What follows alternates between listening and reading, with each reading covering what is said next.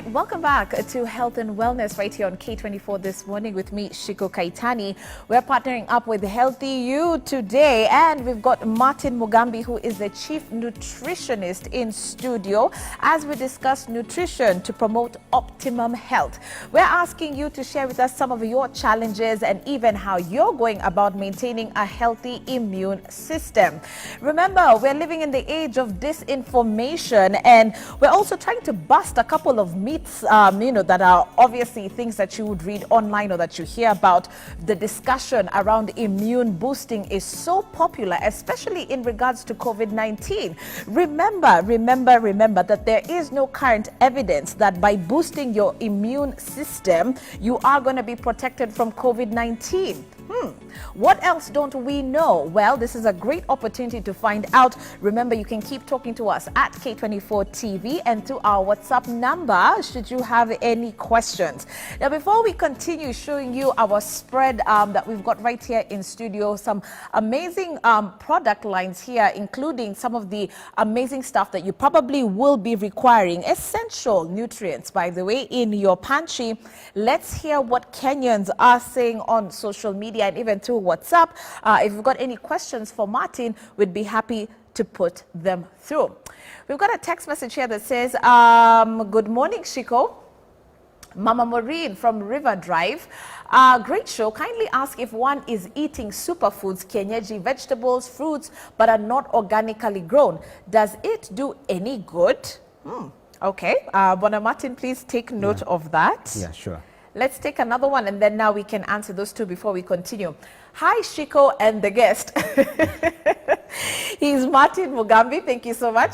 Can hormonal imbalance make it hard to lose weight? And my second question is supplements over the counter good if I don't get enough vitamins from the food I take? That's from Purity in Nairobi. All right, Bona Director, let's allow Martin to respond to Purity and Maureen before we continue. So, yes. Martin. I think the first question was from Maureen about organically grown products, foods I mean. So I totally agree with her in the aspect that if you're able to get organic produce, because from, again, a basic point of view is that it has been grown through not using any chemicals, any fertilizers, the chemicals they used to spray to protect against either diseases or such things. So basically, because again, you might get some residues of these chemicals that you're using to grow your food. You might get the residues in the final product or other food that you're consuming. Then again, it introduces another problem, because we've had scenarios whereby some of these residues have been known to be carcinogenic. We've also know that some of these residues, again, they are building into the toxins in your system. So you also want to make sure that you're not creating a problem when you're trying to look for a solution. So to start with, you have to, if you can get organic, it's the best choice. It's true. If number two, that's not possible, try to make sure that whatever you're consuming is grown in a natural way as much as possible. And you see, it's also about knowing your food source. Yes. I think the more you know where your food is coming from, the better chances for you. Because everybody is going to advertise that this is organic. Who's not going to say that? Even I would say that if I'm a marketer, right? Okay. Because it's actually a question of traceability. Because an example would be, I have a plot and I'm doing organic farming. And if my neighbor is not doing organic farming, then it will definitely affect my produce as well. So then the question of traceability becomes a bit of a challenge. Okay. Purity was the next viewer who asked about supplements and whether they are good for you, especially if you're not getting it in your diet. So we started by saying that supplements are there to supplement your diet. So you start with a proper diet, but because again the nutrient requirements, and sometimes during certain periods you require more than you're actually able to get from your food, that's when you supplement. So I agree with her that yes, start with a proper diet, so then supplementation comes just to make sure that you're bridging the gap that you're not getting from your diet. There are some people who I think this is a mental thing. Like you just always feel like I need a supplement for something. When are you going to recommend this for someone? Because instead of you just walking into a healthy store and saying, I want vitamin C. Yes. Should we be asking, why do you need that vitamin C? Is it important to consult before you go around just picking supplements on the shelf? I actually like that you've asked that question, because at HealthU we've got qualified nutritionists in all our branches. We've got about 23 branches in Kenya and Uganda as well. So one of the things is when clients come to our shops, first is we actually offer free nutritional consultation. Because we want you as a client, as a customer, to make an informed choice of what you're taking and why you're taking that. So the nutritionists are there to take you through that process. And like I mentioned, that we'll sit with you, we'll understand your health needs, why you need a supplement. We'll understand your diet, we'll understand your medical history, for instance, and then we'll know we'll be able to advise in terms of supplements, because sometimes also people are going to the Google and then you just Google and you come and ask, do you have this product? So sometimes you could be getting wrong information, because when you Google you can get any kind of information. And you see also supplements are available even at any chemist. You'll walk in and they're always available. So that's why we have to make sure that then we advise our customers and our clients, we inform them, we indicate them before they take any supplement. Okay. Bwana Director, Abud, what else do we have if there are any questions? Okay. Hi, Shiko, can someone lose weight by eating what kind of food? Okay. And then Faith from Nyeri says, my weight has remained stagnant for the last 2 years. Kindly advise me on what to do to add the weight. So she wants to add, while the previous viewer wants to lose weight. Okay, so as we're getting into that, let's just jump into weight management. First of all, what does your weight really say about your immune system, Martin? Can you correlate the two? Yes, you can. Being overweight, or rather obese, will definitely affect your immune system. In a negative way, that is. And because being obese will sometimes tamper with your hormonal setup, which again could also affect your immune system. So that's number one. Number two, of course, being obesity or overweight, if you see the correlation of high inflammation and obesity and overweight, it's very high. So basically, in the several aspects, you realize that overweight is affecting your immunity. Other than that, really, obesity also, you're looking at putting you at risk of developing the cardiovascular problems, the heart problems, the diabetes, all these lifestyle diseases that we are talking about. And most of the time you get the lifestyle disease, and then of course as it progresses, it affects other things, like the immunity is affected. If it's diabetes not well managed, you have vision issues, eye issues. So it progresses from one condition to the other. Okay. The irony is people say, if you want to lose weight, cut down on your food. Stop eating. But then they are essential foods for weight loss. And nutritionists talk about that, about eating right in order for you to lose the weight. So how do I go about losing weight and, of course, eating right?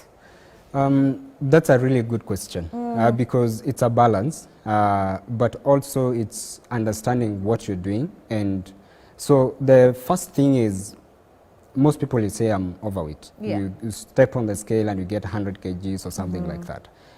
Sometimes people will look at their BMI. One of the things that we do at HealthU is that we go beyond that, because actually the most important thing is not the actual weight, because it's just telling you half of the story.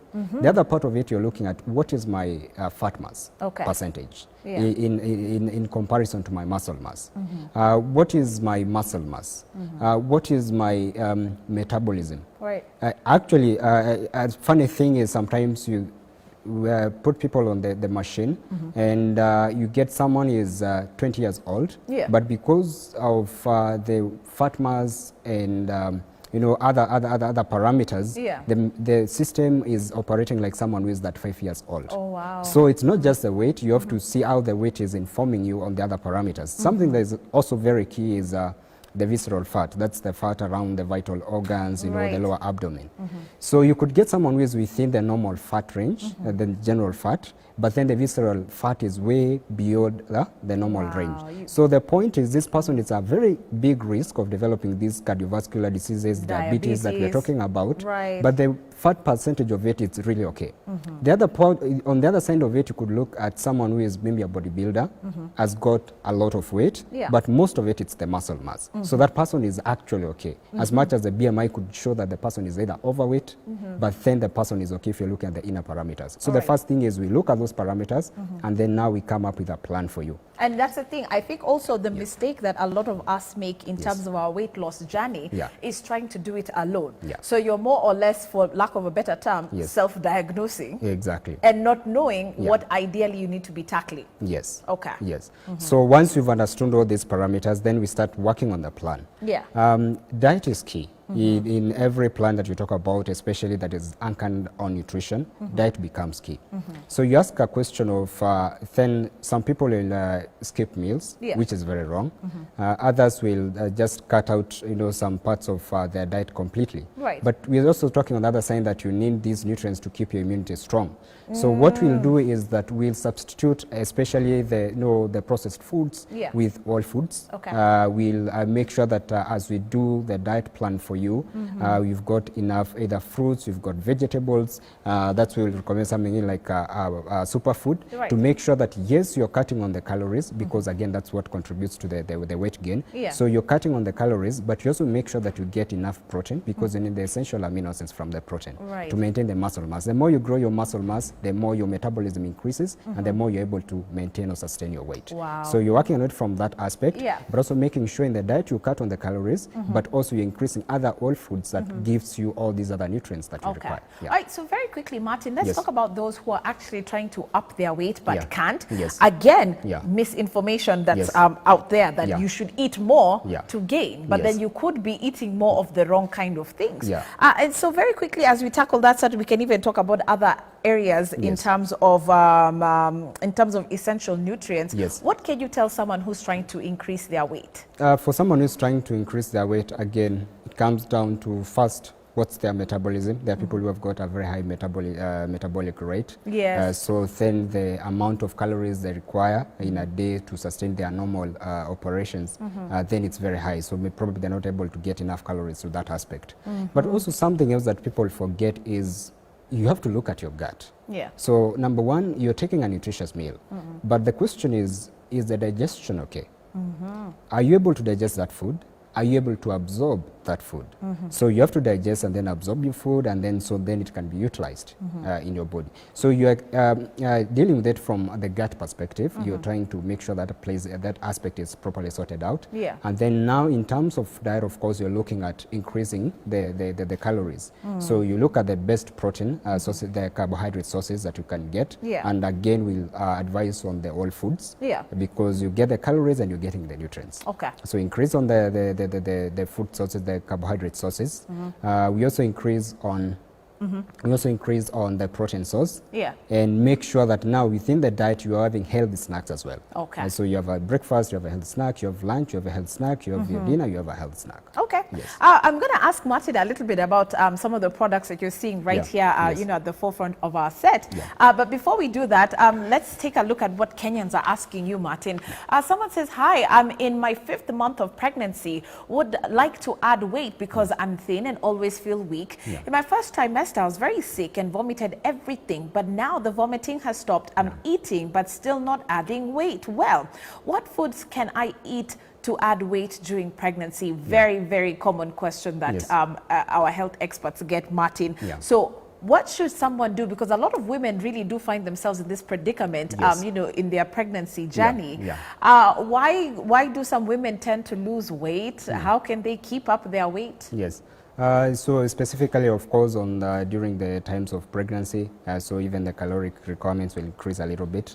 So you're looking at adding the carbohydrate sources, the foods that, of course, increase. So from maybe rice, talk about potatoes, talk about even people who take like ugali, for instance. So these are the carbohydrate sources. So you take them from all food perspective. But as we've mentioned again, during pregnancy, it's not just about carbs. It's also about the other nutrients, because as a mother, you require, of course, the baby is growing, so you need things like calcium, you need zinc, you need all these other nutrients. So you're also increasing weight, but you're not taking empty calories, because that's what we're trying to discourage. As much as you want to gain weight, then it's not advisable for you to take things like soda, because it's just giving you empty calories. Processed foods, that's where the empty calories are. Okay. So you go with all foods. And as we've mentioned, the most important thing is, as you do the whole foods, then you make sure that you're doing your diet, and you're doing your calories within that. So you take fruits. So in between,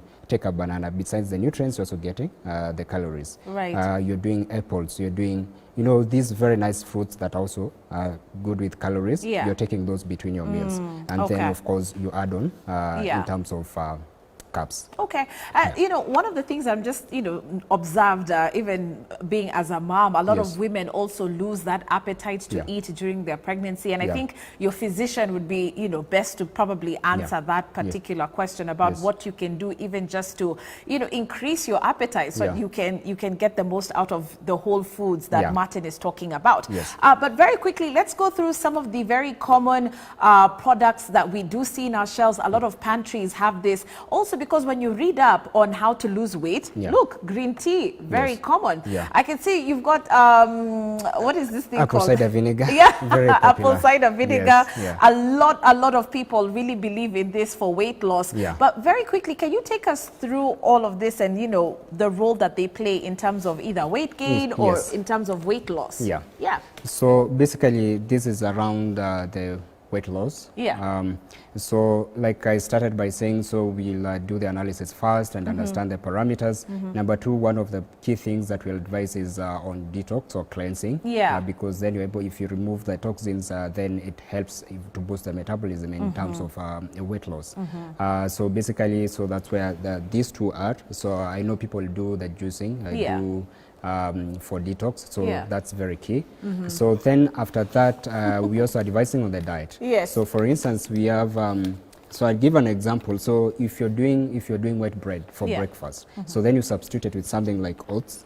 So you can have your oats, and then you add some of these seeds. So like this one, pumpkin seeds, very rich in zinc, by the way. Actually, most of the people take it because of zinc. We know zinc, its role in immunity and other things for growth and development. So then you add zinc, and then, so like we said, besides losing weight, you're also getting the nutrients. So you can add a bit of these, you can add the flax, you can add chia seeds. Chia seeds that have become insanely popular, like out of nowhere. In fact, if you want to start a side biashara, chia seeds is the way it's to actually go. the most nutritious seed. Of all the seeds, it's actually the most nutritious. So besides having good fiber to help you with weight loss, it also provides you the good nutrition that you're looking for. So then if you add a bit of these, then you can add a few fruits. Maybe you can mix that up with yogurt, for instance. That makes a very good breakfast. And it's very filling. Exactly. And not because it's filling, then you're not going to eat a lot throughout the day, but also ensures that there's sustained energy release into your system. So you're not suffering from lack of energy. You'll actually go about your business very energetic, but you're also boosting your metabolism, and you're able to lose weight. So is cider supposed to be a cleanser, a detoxer, or what's the cider for as well? This one is just very good for so many things. It actually probably comes from the statement that an apple a day keeps the doctor away. Because then it will help in your digestion, the digestive process, to make sure it's okay. It will help boost your metabolism and also support the detox system in the body. So then in those three aspects, it helps. All right, fantastic. The last one probably that I wanted to mention is this. So this one, sometimes people either skip meals because they don't have time to prepare a proper meal. And also when they want just to take a meal on the go, but a healthy one that helps them lose weight. So this is just high quality protein with again the nutrients that we're talking about, because for us we have to make sure that is there. Yeah. So then you can mix it in your smoothie in the morning and then take it with you. Okay. So you're able to gain the nutrients and you're also helping yourself lose weight. All right. Yes. So a lot of parents would obviously be very concerned about their child's health at this Yes. particular time, especially them having been at home. Yeah. Some of them have probably adopted like really poor dietary, Yeah. can I say, practices or habits. And so what ideally would you be recommending for children, especially at this point? Probably you're at home, you know, eating the wrong, like the way you're saying, empty calories with all the processed foods. I can see you've got something specifically for kids. Yeah. And it's very key because, again, the nutritional patterns that you start off your kid, those are some of the patterns that carry even into adulthood. And then you're making sure that you're laying a foundation that they're going to have some of these conditions that you're trying to avoid, from diabetes, obesity, and all those other things. But something that's very key for children is that they grow very fast. So in terms of physical growth, in terms of cognitive development, in terms of emotional and even social development. So it actually, the nutritional requirements for a child in relation to their body size, it's actually much more than for an adult, because they're growing and they're developing. So you have to make sure that they're getting enough nutrients. We know they're growing tall very fast, so you have to make sure that there is calcium inside there for the strong bones and teeth as well. So the idea then is to make sure the diet provides all these nutrients. You need zinc, you need all these other. And Martin, when is a good time to start introducing supplements to a child? Because, for example, for me who has a toddler, are we talking about as young as that? Or it's only for a specific age going upwards? So it's not, of course, we start with exclusive breastfeeding. That's very key, because then you're able to make sure that you lay proper foundation for the kid. So exclusive breastfeeding goes for 6 months. And then from there you start the weaning process. And so then you start with the food items. So some of the supplements, there are some that you can introduce early, the other that you can introduce later. A good example would be like the last one here, the probiotics. So sometimes when, again, kids have started developing issues with immunity and such things, so then it's something that is very safe that you can give your kid, just to make sure, because the gut is still developing. When a baby is born, the gut is continuously developing. That's why you can't introduce the solid food in the it's first a bit months. too much. So then it helps with making sure that that is happening. Apart from that, of course, most of the supplements, they indicate the age group, depending with the ingredients that are in that supplement. So that's very key. Again, as you buy them, you have to make sure that you talk to someone who understands them. So some from 1 year old, others from 3 years and above. So the supplements have those instructions, but also it's good to speak to someone who understands them. Okay, I understand there are still more questions coming through. Let's take a look at them very quickly. We only have about 5 minutes. Helen from Nairobi, thank you so much. You go on to say, I have just had a problem in drinking water, which is very important to the body. For me, drinking water in the morning is just hard. I mean, water is important for metabolic activities. I want to make it a lifestyle, but so hard. So how many liters of water is one supposed to take per day? And please break it down to me, the intervals of drinking in a day. And also, do supplements have side effects? Very good question. Let's answer that very quickly, Abu, and then we can get to the last one very quickly. So the general recommendation, of course, of water would be around 8 glasses a day, distributed throughout the day. So you don't take like a liter in the morning and then you take a liter in the evening. So you just have to make sure that it's well distributed. Absolutely. I've seen people that they try to add some of these healthy stuff to your water, just to make sure that you enjoy it. So That's it's not just plain water. I've actually, most of the time I see people add something like chia seeds in your water, and then you sip it throughout the day. They add chia, it adds a bit flavored of water. So yes, they look at some of these things, lemon, they'll add lemon into water, and then, so those are some of the things people do to make sure that you're able to enjoy that water. So distribution is key. Supplements, very good question as to whether or not they could be dangerous. In fact, what would you consider dangerous consumption of supplements, if there's such a thing?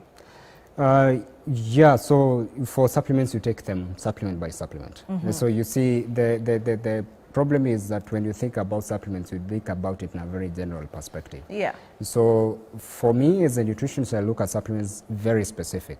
Am I talking about vitamin A? Am I talking about vitamin C? Am I talking about vitamin K? So for instance, if it's vitamin C, you take vitamin C, some will take up to like 6 grams a day or even more when they have probably a health condition or something like that. The only side effect you'll get is loose bowels.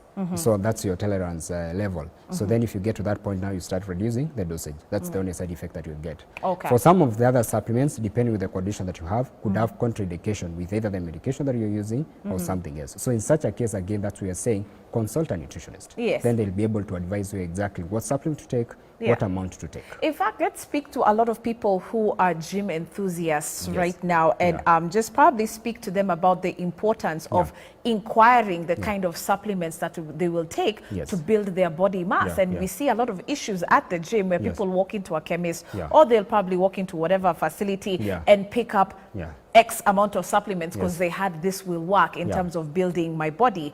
What can you say about that, and what would you be warning us against? So the biggest challenge with that for me, I think it's because when you want to take the shortcut, you started going to the gym and all of a sudden you want to have muscles and everything. Because then you have to put in the work, you have to eat right, you have to make sure that you train, and you have to make sure that you take the right products. And that's one of the reasons why people would go for the steroids, for instance, because it will make them achieve what they want as fast as possible.